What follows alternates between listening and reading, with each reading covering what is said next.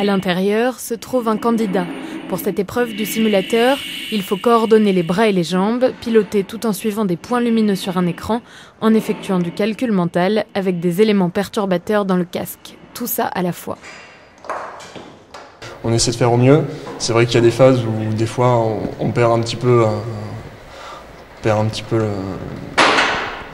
l'évolution de tous les graphismes. Et donc à ce moment-là, il faut essayer de se rattraper le plus rapidement possible pour se remettre en coordination avec l'exercice. En fait. Les élèves sont particulièrement heureux de passer ce test puisqu'ils ont vraiment la sensation d'être dans un avion puisque la cabine bouge vraiment et pour eux c'est une expérience, même s'ils sont souvent habitués à faire du simulateur sur ordinateur. Pour eux c'est totalement différent, pour eux ils en sortent très, très heureux et réjouis et ils en parlent beaucoup après. Le test du contrôle de palonnier paraît vieillot et pourtant il permet de détecter les aptitudes à être un bon pilote de chasse. Souvent, la moitié des candidats y sont éliminés. Les épreuves se déroulent sur 4 jours au programme tests sportifs, psychomoteur, psychotechnique et entretien. Alors les qualités requises? Beaucoup de maturité, je pense que c'est très important.